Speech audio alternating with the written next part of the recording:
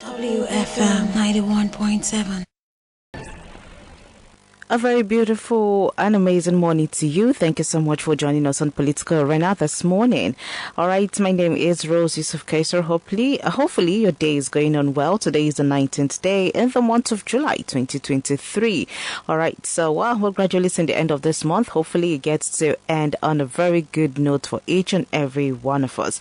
You're welcome to Political Arena right here on Women Radio WFM 91.7. All right, this is a program where we get to discuss politicking in the country. All right. And of course, how it, relates to you, relates to me. And, politics is everybody's business. It is not just about we that get to talk about it every day or those that are in the political scene, but for each and every one of us, because at the end of the day, it gets to affect you and I. All right. So you're welcome once again. This is Women Radio, WFM 91.7, Nigeria's first radio station for women and their families. All right, so while we get to await the ministerial list that might be released today or tomorrow, let's see how that goes. We have been talking about 35 women representation in the ministerial list, and just last week Friday, or Saturday, I beg your pardon, right here on WFM, we had a panel discussion where we got to discuss about 35 women representation in the ministerial list, in Tinubu's ministerial list. And we had different people who came together, we brought together to discuss this and how this is going to happen. All right, so today on Political Arena, we're looking at lobbying for 35% women representation in the ministerial list. Well, the ministerial list has already been passed on from the president, and now we await it because the Senate has to look at it, and of course, before it all gets to be released for the general public, and then we get to see the names there. Now, the names that are there, do we have up to 35 women representation in the ministerial list? We don't know yet. Has President Bola Ahmed Tinubu been able to keep up with his campaign promise of including at least 35% of women in, his ministerial list? We don't know yet if that is what has happened. But so far, we've had lots of women who have been lobbying for 35% women representation. We have, a group of people that have been sent also to the First Lady, Senator Oluremi, to lobby for this 35% representation. So, so far, how far with that? And while we await to see what comes out of the ministerial list, if, all what he has been saying right from when he was campaigning to even after he won that presidential seat, he has been saying that, yes, women and young people are going to make up his cabinet. So is that what we're going to see? Maybe later on today or tomorrow? We don't know yet, but we just await to see. But this is what we are talking about today, 35% representation in the ministerial, all the lobbying that, different groups have been going for, different groups have been doing, whether women, whether young, whether youth. We don't know if all of that has been heard, if all that has fallen to deaf ears. All we will get to know. So to discuss with me this morning is Sean Justin Onarinde. Well, he's a friend to the house, especially here on Political Arena. He's the Executive Director, Young Leaders Network. Good morning, Sean. Thank you for joining us once again. Good morning. It's my pleasure to be here. Hope you're all doing well. Oh, yes. Hopefully we're doing well. And I hope you're doing well, too. Yes, I am. All right. So, Sean, what's your take on the ministerial list that might be released today or tomorrow, as the case may be? Well, hopefully today we get to have all of that for everybody to see. Now, what's your take on that and the representation of women? What's your take on that and the representation of women on that particular list that might be released later today or tomorrow? All right. So there's a lot of expectation on the present government, especially in commitment to inclusion of women and youth in his cabinet. First of all, we've been expecting this list to come out earlier, considering the zeal or the tempo in which this present administration came on board. They were so swift to put up a number of policies as well as decisions, especially that is determining Nigeria's economic future. So we, first of all, have been expecting that the list should have been out before now. Okay. However, we are expecting that within the week, hopefully today, we should have an idea of the list.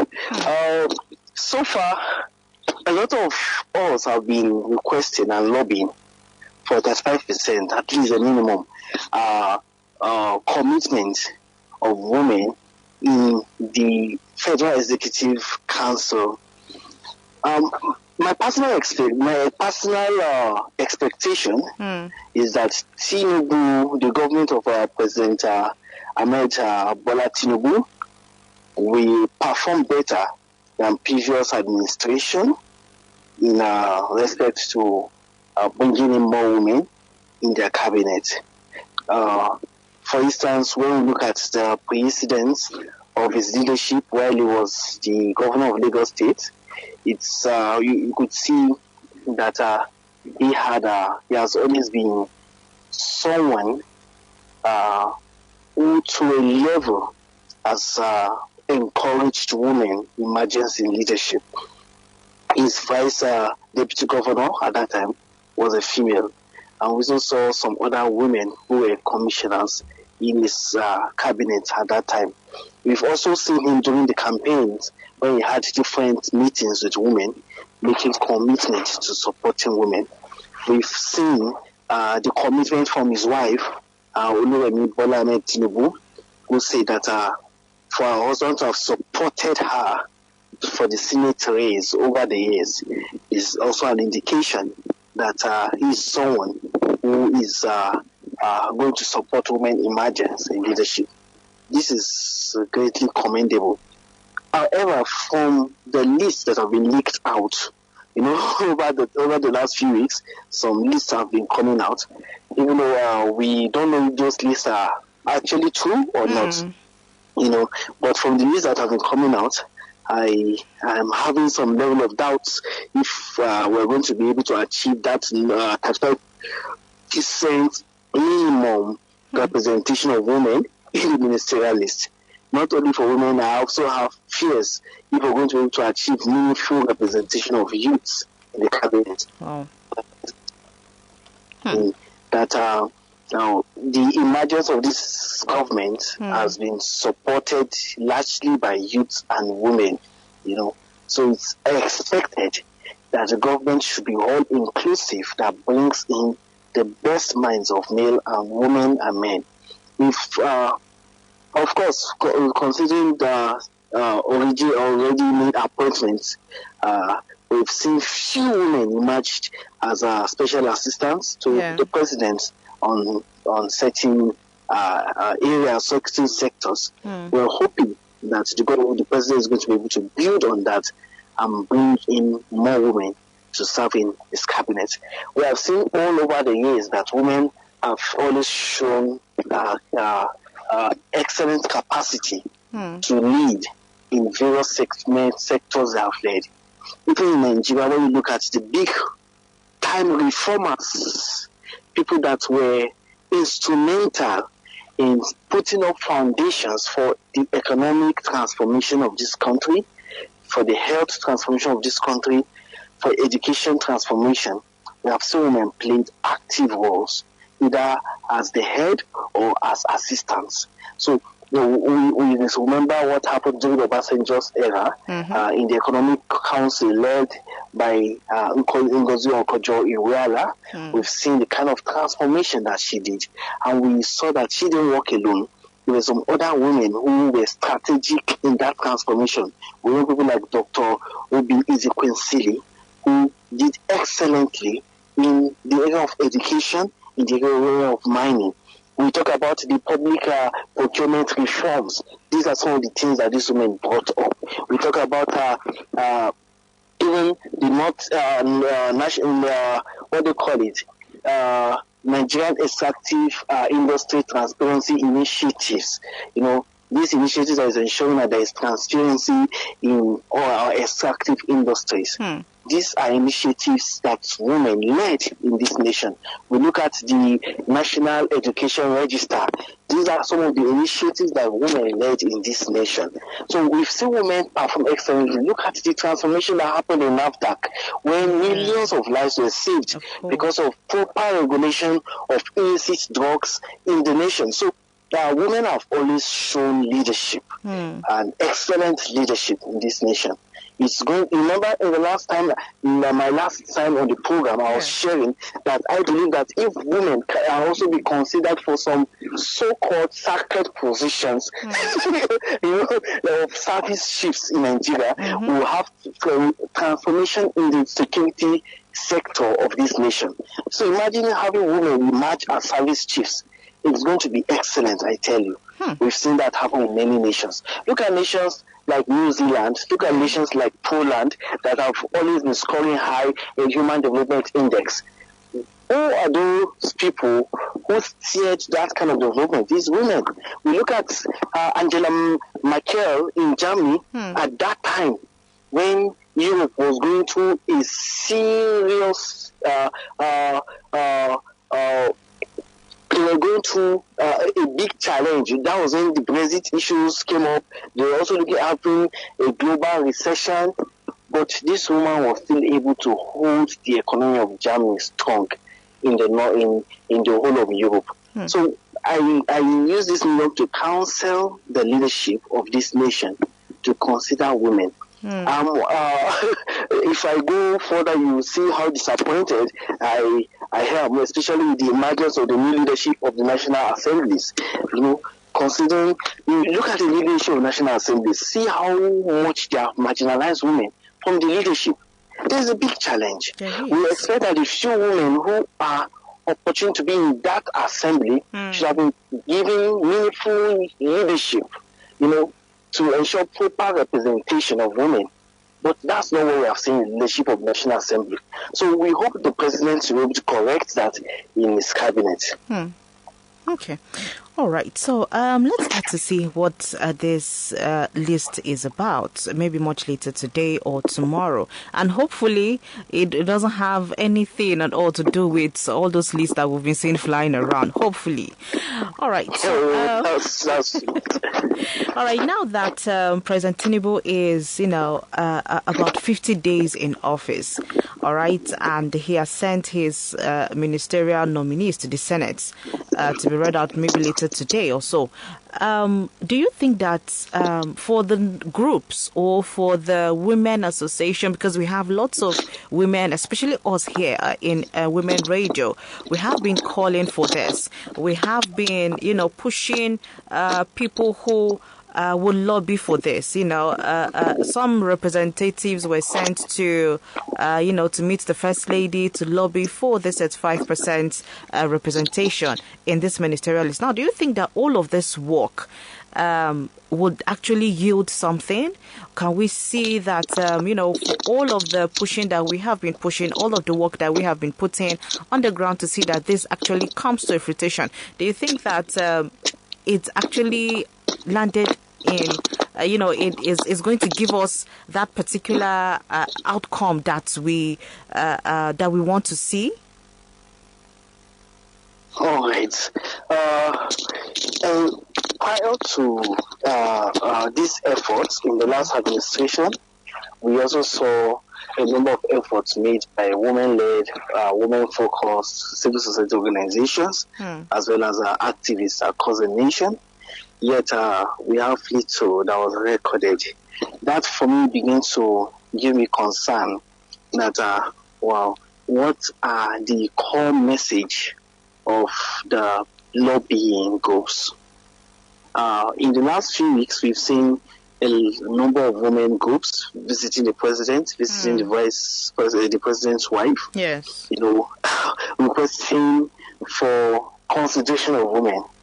But, this is what we get to hear during the media briefing after those meetings. We don't have the detailed report of conversations.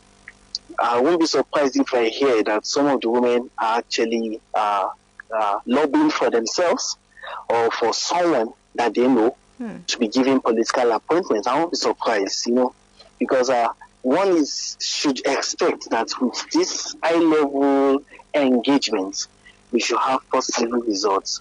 However, when we see the list today or tomorrow or within the week, depends on when it comes up, we'll be able to know if those efforts are actually translating into results. However, it's good that people are speaking for women's for equal representation of women in appointive positions. We need to see more effort in terms of seeing the government building into our processes a character of inclusion. Imagine if it becomes part and parcel of every other engagement, that any time a committee is being set up, there must be balance, there must be inclusion of women, inclusion of youth, inclusion of people with special needs. Do you understand? Yeah. Let it become part of our culture as a nation. Until it becomes part of our culture as a nation, we will not make headway. We'll just do the lobbying, and when another leadership comes up, we'll start afresh again.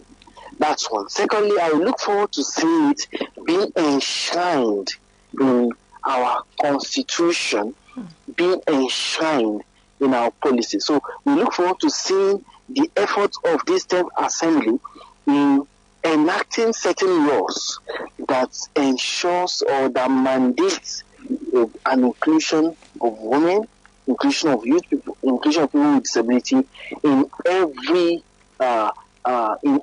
committee, in every leadership setup within the nation. These are things that are normally supposed to be in our what do you call it? Our federal character codes. That is being considered during appointments and so on. So it's important to begin to consider these kind of things in our leadership. We hope that the list is going to reveal that we have made a lot of progress in this line. However, like I said, I am expecting that what we see in this administration should be better than what we have seen in the previous administration because of the track records of engagements. Don't forget that we don't know the approach that the president took in getting the list. I used to know, and it was also leaked that maybe state governors and some other statesmen were asked to share the list. So when you ask them to send a list, you need to also start asking yourself, which of the states are going to send in a female representative? Yeah, so that also tells us the nature. The list is going to tell us the character of our state governors and state government in respect to promoting women emergence in leadership. You understand? What is the composition of the nominations that the governments have made, and that will not be different from what we are seeing even in the state level, at the state level. So we're expecting that it should be better this time around. All right. So, we can only hope that, it gets better. So, just also about to wrap this up now. Now, what if we don't see, all our cry, and all the pleading and the lobbying for women representation and youth and even people, with disability? What if all of this actually falls into deaf ears and we don't see women representation there? We don't see youth, young people. We don't see the representation of people with disability, the all inclusive society. What if we don't see all of this in this ministerial list? Then what next? What happens? What do we do? Where do we go from there? So if we don't see what we're expecting on the list, it's time to re-strategize our engagement strategies. We need to rethink our strategies for engagements. Like some of us taught before elections, and that was done in some locations, in some states, and with some parties. We taught women at the grassroots that when these politicians comes for campaign, make sure that you have something you want to transact with them with. A lot of times you just go witness their campaign. Oh, we support you. Make sure that you give women. we need to have something concrete that we tell them our demand. So we need to begin to them to also commit to these demands legally by signing certain charters. You understand? Let them sign charters declaring that when I get there, I've committed that I'm going to work with youth and women even to the level of equality in my government. So we need to think of that strategy as soon as 2027 comes up. That anybody that is coming in to contest for any position, we ask him, what is your plan? Can you give it to us in written form? Can you have it signed and wait to sign? So we can hold you responsible for that. And let us know what should we do if we don't get these demands. That is one approach. The second approach is if we don't see the list, it's time to return back to Aso Rock. Not just remember how women came out in mass towards the election to demand for the National Assembly to ratify some of the women's demands in the Constitution. It's time to revive that forum again, and we march back to the National Assembly. Some of us who are advocates for women in emergency leadership will join this campaign. Let's return back to Aso Rock and ask and demand the president. We have several interviews. We have several media reports where you commit yourself to promoting women in emergency leadership. It is time now. What can we get?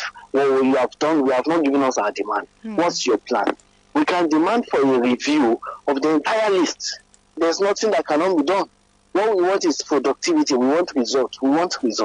So we need to go back there and we negotiate on the table. And then we need to also summon our state governors and challenge them. Because if the nominations came from our state governors, we need to also get our state governors to put in the same commitment in support of women political participation. So these are some of the things I think we need to do. Then we need to start mobilizing again at the grassroots. Don't forget that these norms, that what is happening at the national level is a reflection of how our society is at the grassroots. Sure. So we need to push that up. I also feel that we need to gather ourselves as women rights organizations and associations. For instance, we have the NAWOJ. Yeah. We asked NAWOJ, what effort are you making as a woman in journalism to amplify the leadership performance of women and also give them expand their opportunities for emergency leadership positions at all levels. So we need to see commitments from institutions like NAWOJ, like FIDA, you understand? Then we need to also see some women-focused civil society organizations that have a national body. For instance, institutions like Warwican and institutions like Form 1. We need to have a conference with them so that we can. I remember some years back in one of our engagements, there was this microcredit program that runs across for women. And that particular organization had hundreds of thousands of women who are beneficiaries. When it was time for elections, there was silent lobbying. The organization studied all the various contestants and their programs for women, and assessed and discovered that there is a particular candidate with a better program for women. The organization just gathered the women and told them, don't forget, this election is very important for the continuity of your, or for the expansion of your economic recovery plans. This is what the different political parties are planning. This is what the different candidates they are going to do for the different women. So vote wisely.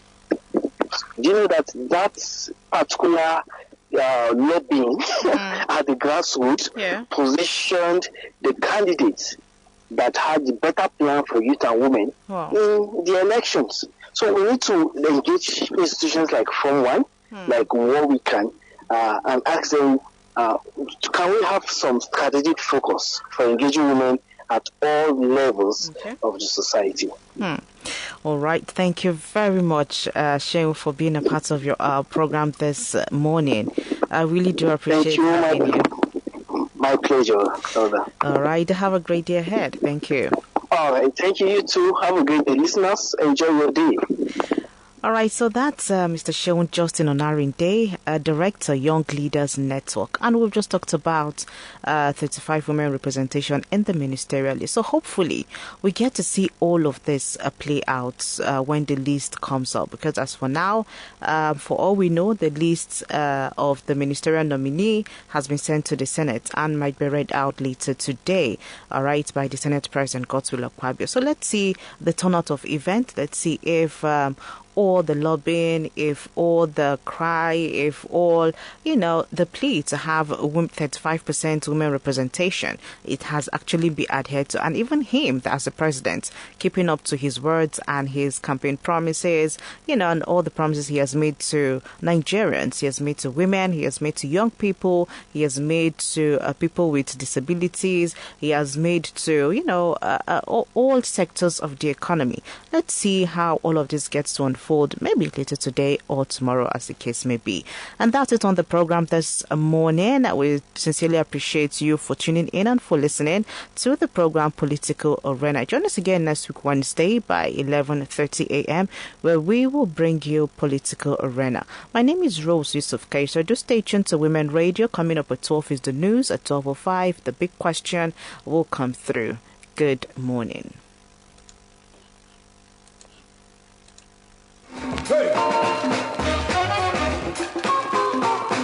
WFM 91.7.